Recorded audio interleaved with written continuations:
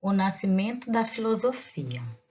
Então, os historiadores da linha de pesquisa da filosofia, eles dizem que ela possui uma data e um local de nascimento. Mas você sabe quando e onde a filosofia nasceu? Quem foi esse pai da filosofia?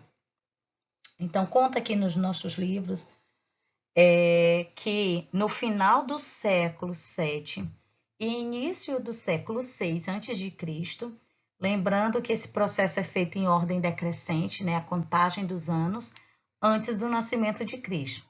Então, isso aconteceu nas colônias gregas da Ásia Menor, particularmente na região montanhosa denominada de Jônia, que nessa região ficava a cidade de Mileto. Então, onde nasceu a filosofia? Ela nasceu na cidade de Mileto.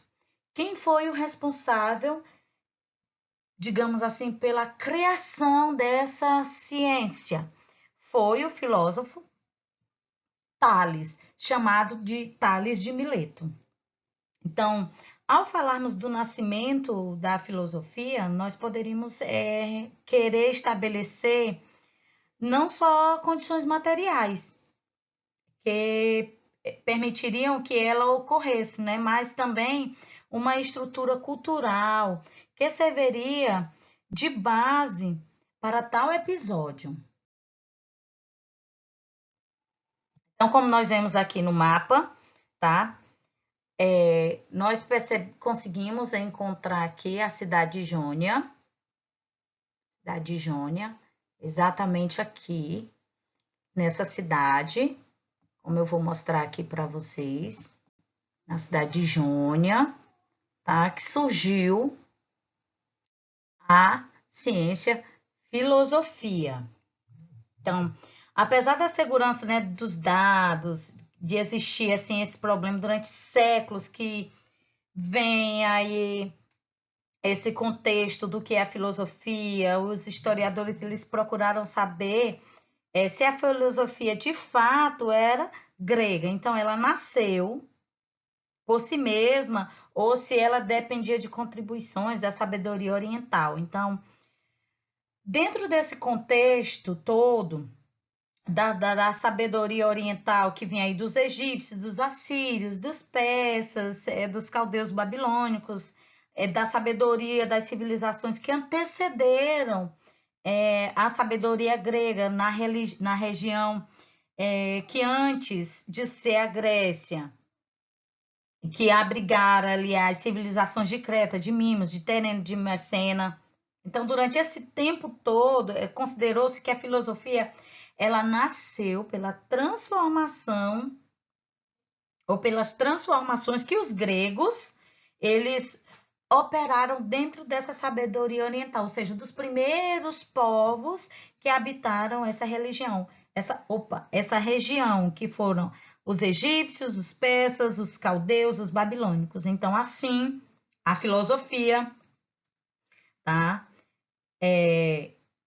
Surgiu com os filósofos, né, que nós conhecemos hoje, né, os principais filósofos aí que falam na questão da filosofia, que foi Platão e Aristóteles, que afirmavam a origem oriental da filosofia. Então, que a influência desses povos que habitavam essa região aqui de Jônia, tá certo? Eles, apesar de que a Grécia é para cá, mas nessa parte aqui, ó, de Jônia, Mileto, Rhodes, Atenas, aqui onde tem Platão, ó, eles trazem essa ideia de que a filosofia ela surgiu dessa origem oriental, então desses primeiros povos que habitaram essa região aí. Então os gregos, eles diziam eles que os povos comerciantes e navegantes, eles descobriram antes das viagens, né, do, dos egípcios para usar aí a questão da medição das terras após as cheias dos rios Nilos, o uso da astrologia aí dos caldeus, dos babilônicos, usado para prever as grandes guerras, as subidas e as quedas aí dos reis, as catástrofes, fomes e pestes que até então assolavam essa região. Também a questão aí da genealogia dos persas, né, usada para dar continuidade às linhagens, às dinastias dos governantes existentes durante esse processo. E também um outro ponto que os gregos diziam que foram importantes aí para o surgimento dessa ciência, filosofia, foi a questão dos mistérios religiosos orientais referentes aos rituais de purificação da alma. Então, para livrar da reencarnação, reencarnação contínua e garantir aí o descanso eterno.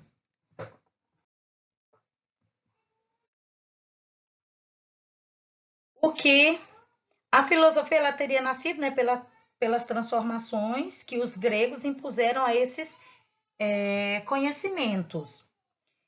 E enquanto muitas técnicas de previsão, de cálculo já existiam como prática exercida nas culturas citadas no slide anterior, a pergunta filosófica é inteiramente radical em relação àquilo que se tinha no cotidiano.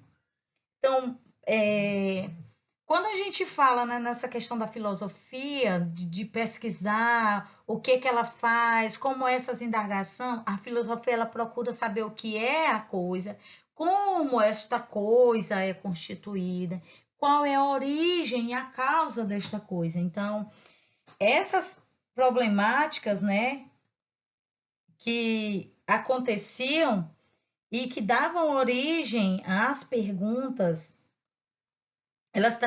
dentro da filosofia, elas traziam aí um campo lógico conceitual, que já haviam respostas dadas, né, dentro desse contexto e que satisfaziam ao mesmo tempo, temporariamente, as consciências da época. Então, as perguntas que tinham já dentro desse processo, desse conhecimento mítico que existia, já tinham umas respostas pré-prontas e essas respostas elas serviam para satisfazer aí a questão das perguntas que eram colocadas. Então, já tinham umas possíveis respostas. Então, nesse inteirinho, a filosofia ela desenvolveu aí a chamada cosmogonia, perdão, que foi a primeira tentativa de explicar a realidade. Então, cosmos significa mundo organizado, universo. E gonia significa a gênese, a origem. Então, aí trazia a origem desse universo. Então, como foi que esse universo foi organizado? Ela era baseada em mitos, né? As narrativas aí que se criavam a partir das imagens dos deuses, dos seres inanimados, de animais como figuras mitológicas, até surrealistas, por sinal. A estrutura hierárquica, como esse mundo estava organizado. E a filosofia também, ela traz essa visão da cosmologia. Cosmo, mundo, organizado, universo, mas a logia, estuda o quê? Estudar a razão, a palavra, o discurso, o contar. Ou seja, essa compreensão de que o mundo é sim organizado, mas os fundamentos de sua explicação não são meramente antropomórfico, que é a figura aí de animais, metade de homem, mas conceitos da nossa própria racionalidade. Então, a filosofia ela surge para substituir o modelo mitológico cosmogônico pelo cosmológico racional. Então, não é que dizer que o processo anterior ele seja irracional, mas apenas se constitui como uma lógica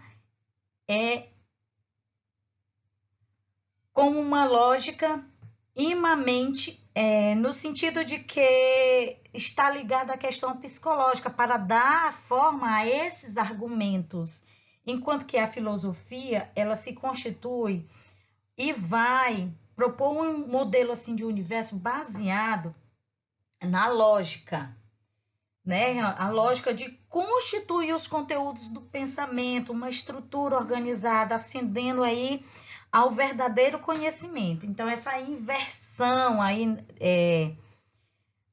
as duas consequências, né? Saímos aí do modelo cosmogônico, mitológico, para o modelo cosmológico, com o uso do raciocínio, da lógica e da razão. A primeira consequência, ela requerer assim, a autonomia do ouvinte e, em geral, do indivíduo por si mesmo, e não mais conferir a autoridade dos poetas, dos artistas da época. Então, dava aí a pessoa o interesse ou a oportunidade de entender, de aceitar esse princípio. Já a segunda, que é o modelo cosmológico racional, é um processo de logicização, nomezinho até complicado, logicização e conceitualização, ou seja, que promove a distinção entre o misticismo e o racionalismo, de modo a desvelar no homem a si mesmo com as suas potências para conhecer, para agir, para justificar na razão, ou seja, combater aí entre essa questão dos deuses e homens e ficar apenas com esse processo entre os homens, né, com uma superação dessa existência trágica aí da nossa existência, desse modelo trágico, né, que surgiu aí a existência humana, né, de sair do mito, desse pensamento mitológico, surrealista. Daí nós vemos, né, nós podemos aprontar aí em relação à questão do mito e da filosofia. A filosofia, ela nasceu realizando uma transformação gradual sobre os mitos gregos ou nasceu por a ruptura radical com os mitos? Como vocês podem ver essa questão do surgimento da filosofia?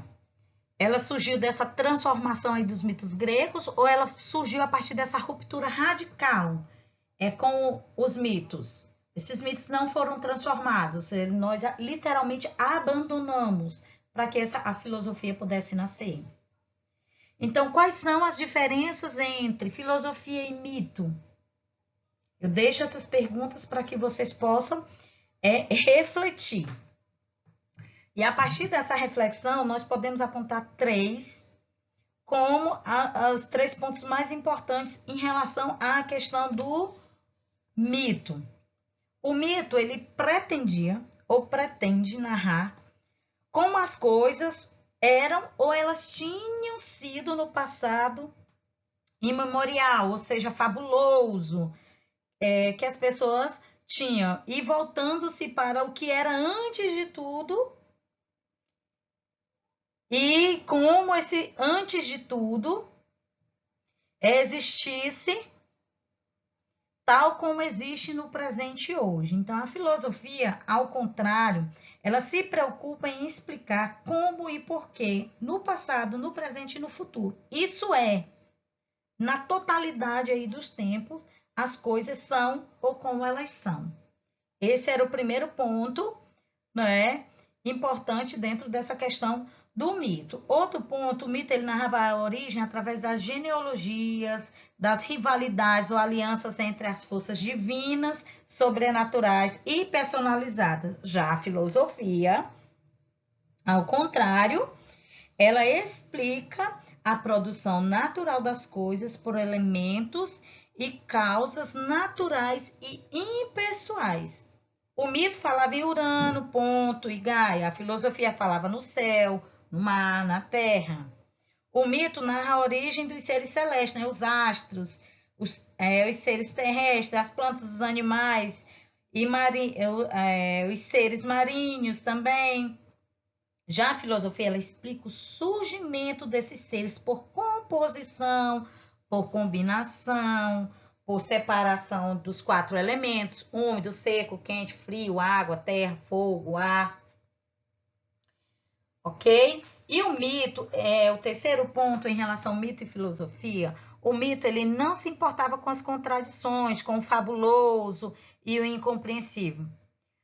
Não só porque esses eram traços próprios da narrativa mítica, mas também porque a confiança e a crença no mito vinham da autoridade religiosa, né? Da pessoa que estava ali como autoridade religiosa. E a filosofia, ao contrário do mito, ela não admite contradições, situações fabulosas, coisas incompreensíveis, mas ela exige que tenha-se uma explicação coerente, lógica, racional. Por isso, o pensamento cosmológico racional. Além disso, ela tinha essa autoridade da explicação, que não vem da pessoa do filósofo, mas da razão, que é a mesma em todos os seres humanos. Condições históricas para o surgimento da filosofia. Qual foi a primeira condição, né, histórica? Então, o que tornou possível o surgimento da filosofia na Grécia no final do século VII e no início do século VI a.C.? Quais as condições materiais, isto é, econômicas, sociais, políticas, históricas, que permitiram o surgimento dessa filosofia? Quais foram essas condições? Então, nós podemos apontar aí como principais condições históricas para o surgimento da filosofia na Grécia. A primeira foi, será se vocês conseguem reconhecer esse fato histórico aí que aconteceu? Isso mesmo, as viagens marítimas. Então, as viagens marítimas, elas permitiram aos gregos descobrir que os locais que os mitos diziam habitados por deuses, titãs, heróis, eram na verdade habitados por outros seres humanos. E que as regiões dos mares, que os mitos diziam habitados por monstros e seres fabulosos, não possuíam nem monstros, nem seres fabulosos. As viagens elas produziram o desencantamento ou a desmistificação do mundo, que passou assim a exigir uma explicação sobre a origem, uma explicação que o mito ele já não poderia mais oferecer. O outro ponto que nós podemos colocar como condição histórica para o surgimento da filosofia foi exatamente a invenção do calendário. Então, é essa forma de calcular o tempo segundo as estações do ano, as horas do dia, os fatos importantes que se repetem, né? Como mostra aí, se você vê o calendário, então todo ano se repetia esse mesmo fato. Então, revelavam com isso a capacidade de abstração nova, ou seja, uma percepção do tempo como algo natural e não como algo do poder divino incompreensível, como era pregado dentro da visão mitológica do pensamento mítico. Outra situação que possibilitou o surgimento da filosofia enquanto ciência foi a invenção da moeda. Então, essa invenção da moeda, ela permitiu assim uma forma de troca que não se realizava através das coisas concretas ou do objeto concreto trocado por semelhança, como era feito anteriormente. Quem tinha trigo trocava por cevada. E aí eles iam fazendo esse processo de troca, mas era algo material, concreto ali que se podia pegar. Mas uma troca abstrata, uma troca feita por cálculos de valor semelhante das coisas diferentes, revelando, portanto, uma nova capacidade de abstração e de generalização. Então, esse foi o terceiro, a terceira condição histórica que possibilitou o surgimento da filosofia. A outra condição é o surgimento da vida urbana.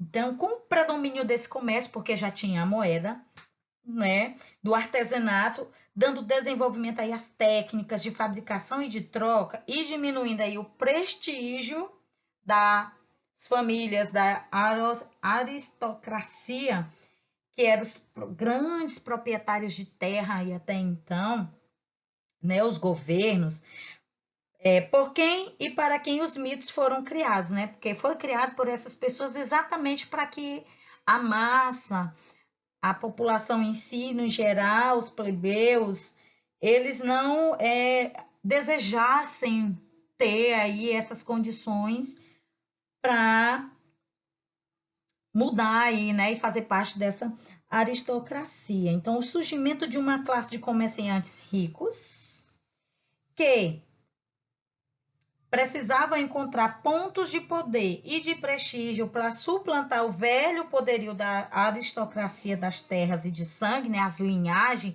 que essa parte era herdada aí da questão dos persas, se eu não estiver equivocada. Então, essa questão aí da linhagem, das genealogias, era algo herdado dos persas.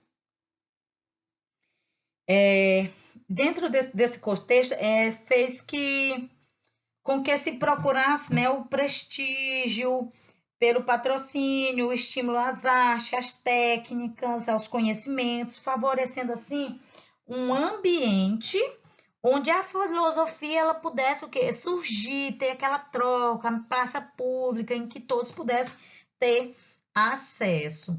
O outro ponto, a outra condição histórica é a invenção da escrita alfabética. Já tinha um calendário, já tinha moeda, então já tinha aí esse crescimento da capacidade de abstração e da generalização. Né? Então, uma vez que a escrita alfabética ou fonética, diferente de outras escritas, como por exemplo os hieroglifos, que nem está sendo mostrado aqui nesse quadrinho aqui. Então, já tinha os hieroglifos, né? Mas surgiu a escrita alfabética, com as letras que nós conhecemos, né? Então, supôs-se assim que não se representasse uma imagem das coisas como elas estavam sendo ditas. Porque a leitura dos hieroglifos nem todos tinham acesso, nem todas as pessoas sabiam interpretar, porque não dominavam essa questão. Então, o surgimento da escrita alfabética ou fonética, ela deu essa possibilidade, né, de mudar essa ideia e a partir dela você poder narrar, transcrever os fatos tais quais eles estavam acontecendo.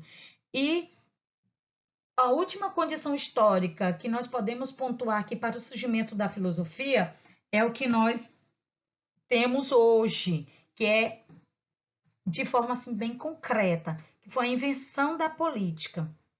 Então, essa invenção da política, ela introduz 3 aspectos decisivos para o nascimento aí da filosofia. Primeiro ponto, a ideia de lei, né, como compreensão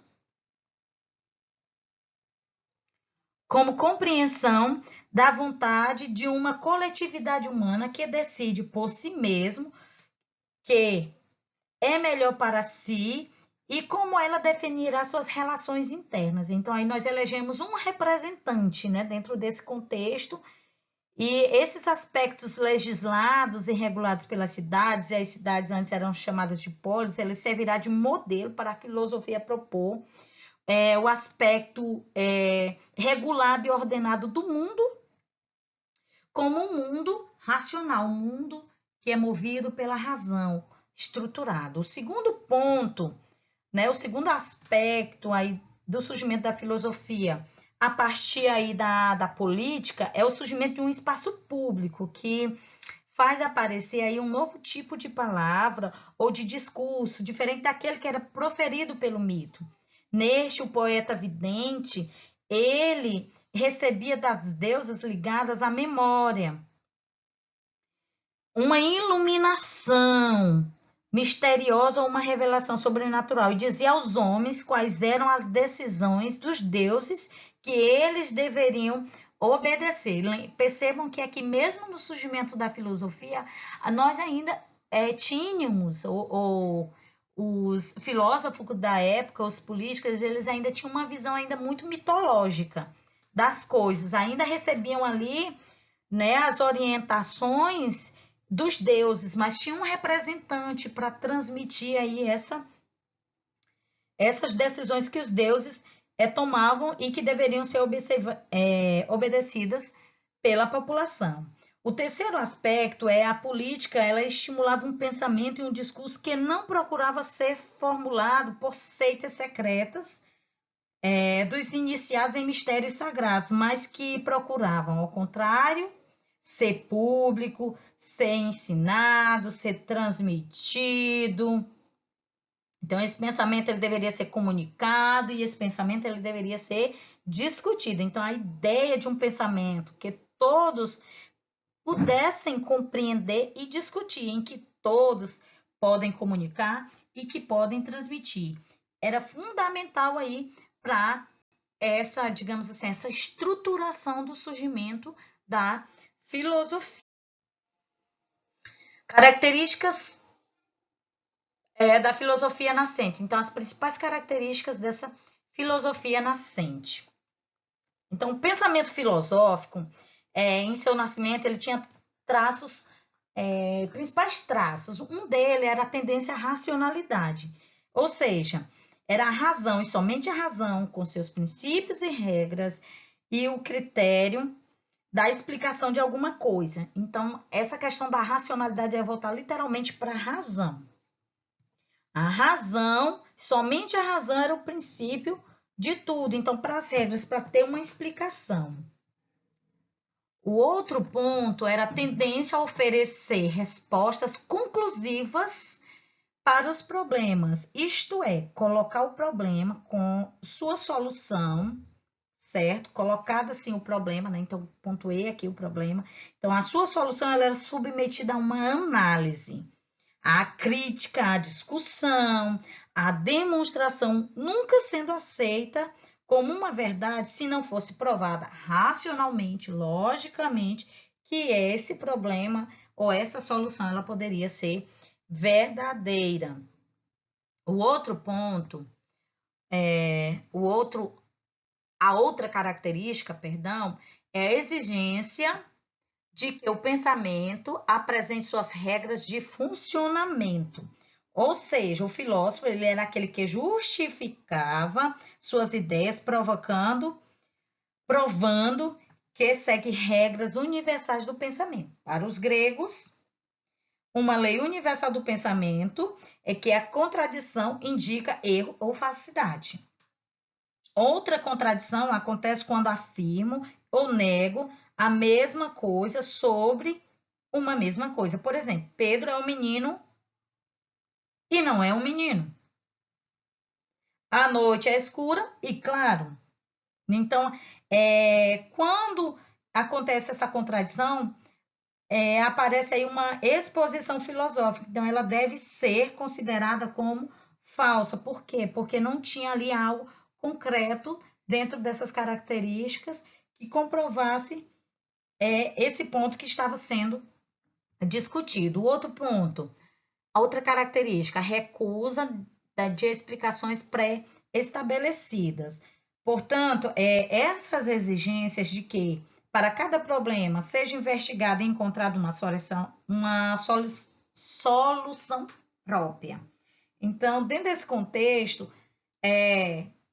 tinha que se trazer, nós tínhamos aí a possibilidade de uma explicação pré-estabelecida, uma possível resposta, mas tinha que ser encontrada realmente essa solução própria para esse problema, não especulações. E a última característica é a tendência à generalização.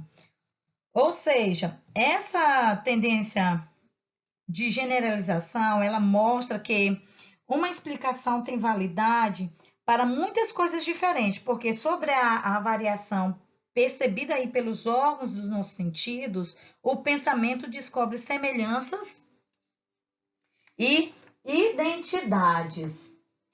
Por exemplo, meus olhos, meu tato e meu olfato, nós podemos aí levantar em questão, por exemplo, o objeto aqui, que é o gelo. Gelo, ele é diferente de neblina ele é diferente também do vapor, da cachoeira, que ele é diferente da chuva, que ele é diferente da correnteza do rio. Mas o elemento em discussão aqui dentro desse contexto que nós podemos ver, nós podemos pegar e nós podemos sentir o cheiro é a água, né? É a água. Esse elemento em discussão é a água. Ele passa por diferentes estados, né? Sejam líquido, sólido, gasoso, independente aí das causas naturais que esse elemento ele passa, né?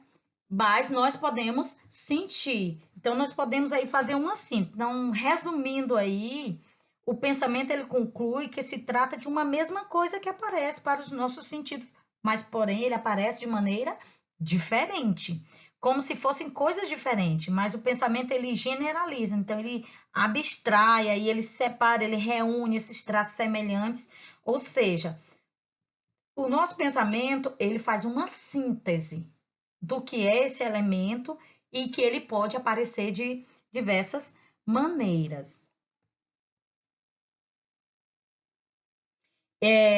Outro ponto aí que nós podemos fazer a análise dentro dessas características e da tendência da generalização para o surgimento dessa filosofia nascente e crescente, eu vou trazer aqui o exemplo para vocês do ano de 1992, que foram os caras pintadas, né? Pintaram aí o rosto com a bandeira nacional, com as cores da bandeira nacional, para exigir aí que aquele presidente que até então estava exercendo o poder pudessem sair.